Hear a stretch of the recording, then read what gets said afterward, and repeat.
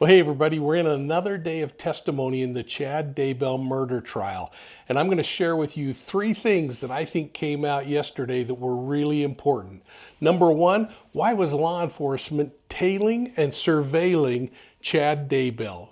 Number two, what about the 144,000? And number three, who on earth is this secret woman that Chad Daybell was pursuing at the same time he was building an affair with Lori Vallow?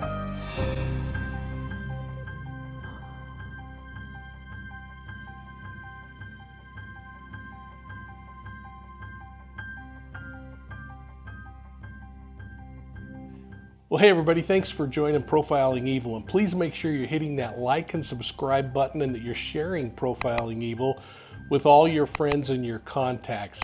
Now, the first thing I want to talk about is Chad Daybell and the surveillance law enforcement was conducting around him and on him. Number one, it goes back as far as when they were following him and Lori Vallow to the Hobby Lobby and lunch at Cafe Rio. It's important, and it tells us a lot about why law enforcement was focused on those two so early in the game. And was it really early in the game? I appeared on Court TV with Vinnie Politan to talk about this very issue. We spent quite a bit of time talking about it because it's caused a lot of question in a lot of people's mind, not only from the investigative stage, but when they were serving that search warrant. Let's listen in. Joining me right now, retired police commander, religious cult expert, and host of the Profiling Evil podcast, Mike King. Also the author of the book, Deceived. Great to see you, Mike. Thanks so much. Are you surprised what we're learning now about this additional surveillance, this early surveillance on Chad and Lori? Like they were on the radar already for the shooting related to, I believe, Brandon Boudreaux. Yes, and I think it's interesting because it gives you some insight into what law enforcement does in these kinds of investigations. They want to try to watch and hope that they catch someone doing something, and they did, we know, because we see now the images of the Hobby Lobby and some other things that later can be used to impeach someone's testimony that, hey, we didn't know each other, or we just got to know each other just recently. And so it's not uncommon at all to see that surveillance goes on for some time. Think about the Long Island serial killer and Rex Heuermann and the amount of surveillance that went on for nearly a year, Vinny. I think this is pretty standard, especially when you're focusing in on suspects that you hope might leave some digital forensic evidence or other pieces of evidence that you can use in the investigation. Yeah, I think the other picture it paints for this jury is, you know, these two are together, and and that's, you just got to keep this link together, right? That the two are the same. One isn't necessarily leading the other. They're in it together. The other thing was the surveillance at the moment, right, where they're digging up his backyard. Now, he's not under arrest for anything, but they're digging up the yard, and it seemed from the way he was speaking with everyone, he knew that he wasn't going to be released. He knew he wasn't getting out, right? He's telling his family all the information in the world because he knows what's in his backyard.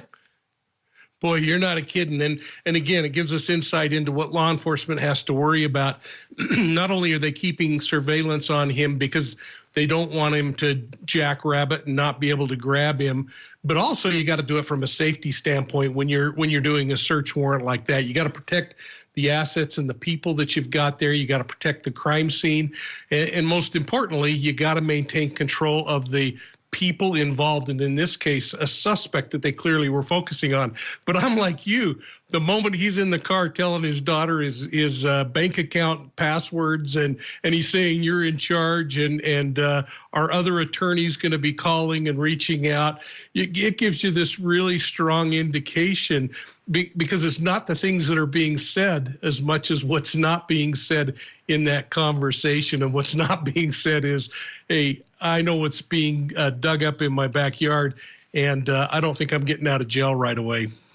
And the other part that has become very clear, it was clear after the last trial, but even more clear now, is this is all happening in very small communities. right? Stories like this don't happen every day in Fremont County, population 13,000, for goodness sake. It's tiny. Yet law enforcement here was on top of it, making the right calls, coordinating everything. This could have been a very difficult case, very difficult, but because of they seem to be on top of every movement as it was happening here. It makes me think back to when we were running the task force looking at all the cold case homicides in Utah. I remember sitting down with a Chicago cop one day and saying, I love the experience you have of all of the homicides that you look at and the ability you have to look at tons of different criminal cases. And his response to me was, I wish I was in a community like yours where I could actually work a criminal case. And so, yeah, we got to take into account these cops are professional. They're as professional as anywhere else on the globe. Sometimes they make inexperienced mistakes, but they have time to really work a case. And thankfully, this PD brought in the state and the county and the feds to help them and backfill where they had incapacities. Yeah, and to agree to communicate and you know, when they work together, it's a better case. I just remember in the 70s, it was always like when the feds come in, the local cops get all mad, they don't get big-footed, but that did not happen here. All right, Mike King is going to join us a little bit later in the program. Thanks, Mike. The topic around the Hawaiian vacation keeps coming up. Why on earth this guy would go off and marry Lori Vallow 19 days after his wife died is beyond all of us.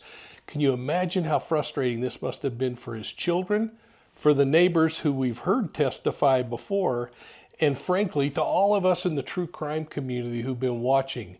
But something important came out to me yesterday when Vinnie Politan asked me about the $144,000, but it had more to do with that bank account in Hawaii. Mike King, the trips to Hawaii and tracking them down in Hawaii, the thing that always sticks with me is that they're supposed to be leading the 144,000. They're supposed to be part of this whole religious end of times group, cult, following, whatever you want to call it. And I thought I had heard him talk about Fremont County and that area being like the centerpiece for all of this to happen from his premonitions that he had. Yet he's down there and not on the upper 48, but he's down there in Hawaii by the pool. I'm with you, Vinny. I thought that was supposed to be ground zero for the reclaiming of this world when everything and that apocalyptic moment became known. But, you know, the thing that today I was just shocked. You spoke about the 144,000. I was shocked when I saw that bank account today in Hawaii for $143,000-ish. And I wondered if that was the God that they were chasing. Great point. And finally, the biggest bombshell I've heard in quite a while is that Chad Daybell was probably trying to build an affair with other women before he met and even during the time he met Lori Vallow. This information came out on Court TV last night, never been talked about before, and to me, it was a major bombshell. I look at these religious cult leaders and I wonder if Chad Daybell was trying to build his own polygamist harem, much like Warren Jeffs and other closed society leaders. Let's listen in. Was there ever any indication from your perspective when you knew Chad Daybell before all of this Hawaiian stuff happened that there was a woman in his life, another woman who had kind of seeped in there, that he was seeing this blonde hair, blue-eyed, woman that he met in Arizona? Yes, but it wasn't a blonde-haired, blue-eyed girl. It was someone else. Whoa. So I did hear rumors about. Go ahead. No, there was someone else. Please explain. I can't give a lot of information. This came from another close friend between Chad and I, but it was clear that he was reaching out to more than one woman via text. I'm aware of one case where in one scenario, the husband became aware of this and got really upset and threatened him, said, just leave my wife alone, leave us alone, we're done with you, sort of thing. So I had heard about things like that from a distance before this, but I honestly didn't give them much credence. It was kind of surprising to me back then. So, but now, the cards are really stacking up. It's making a lot more sense to me. Every time I see him in that dress shirt that's just a little too big, it's like a kid wearing his clothes to go to church on Sunday that, don't quite fit, that his brother handed down to him. But that's just me. Well, I'd be interested in your comments on this one, folks, and I hope you'll put them down below. Hey, make sure that you're considering Profiling Evil on Facebook, Instagram, YouTube, and Twitter. And if you like audio podcasts, check out Profiling Evil podcasts on your favorite podcast platform. And listen, for all of those of you who are thinking about going to CrimeCon in Nashville next month, make sure that you take advantage of the discount code that I'm providing. It's Profiling Evil, one word. And if you put it in your registration, you'll get a good discount. And then I'm going to look forward to seeing you in Nashville. So from all of us at Profiling Evil, let's keep looking into these criminal cases and let's keep vigilant. One of the most important things I think I spoke about yesterday on Court TV was the reminder of the personas in our lives. It's really difficult for us each to understand why someone would go out and do what Chad Daybell is accused of doing and what Vallow Daybell is convicted of doing, murdering their children and their spouses. It's just incredible. But think about the personas in a person's life. The public persona, the thing that people see us doing day in and day out, the effort that we make to put our best foot forward, maybe like I'm doing right now with you. Number two, that private persona, the things that we do around those who are really only close to us and they ever get to see. It's where maybe some of our ugliness comes out, but it's the secret side of our behaviors that only victims end up seeing and hearing about. And we're now getting the opportunity in this trial to see secret sides of Chad Daybell. Mike King, classic cult leader. Classic cult leader. It's about one thing, always with these cult leaders. Yeah, power, dominion, and control, actually three things, and it's all about them. That is the hub of all attention, and we're seeing it happen over and again. And as we just learned this little bit more of information, and whether it can be validated or not, we don't know, but it does remind us of one really important thing, Vinny, and that is the difference between those three personas that we all have. That public side where we saw Chad walking across the parking lot and trying to put on an air that he's okay and everything's right. Then you got the private side of our lives where we do things that maybe only the people really close to us get to see the warts that we've got. But then there's the secret side, and we're seeing the secret side come out in this court case now, and that's the stuff that's going to pile on higher and higher, and I believe really lead to a conviction in this case. Yeah, once it ends up in court, it's no longer a secret. I'm going to be interested in your comments, and I want to thank you for supporting Profiling Evil. We'll see you soon at the next crime scene.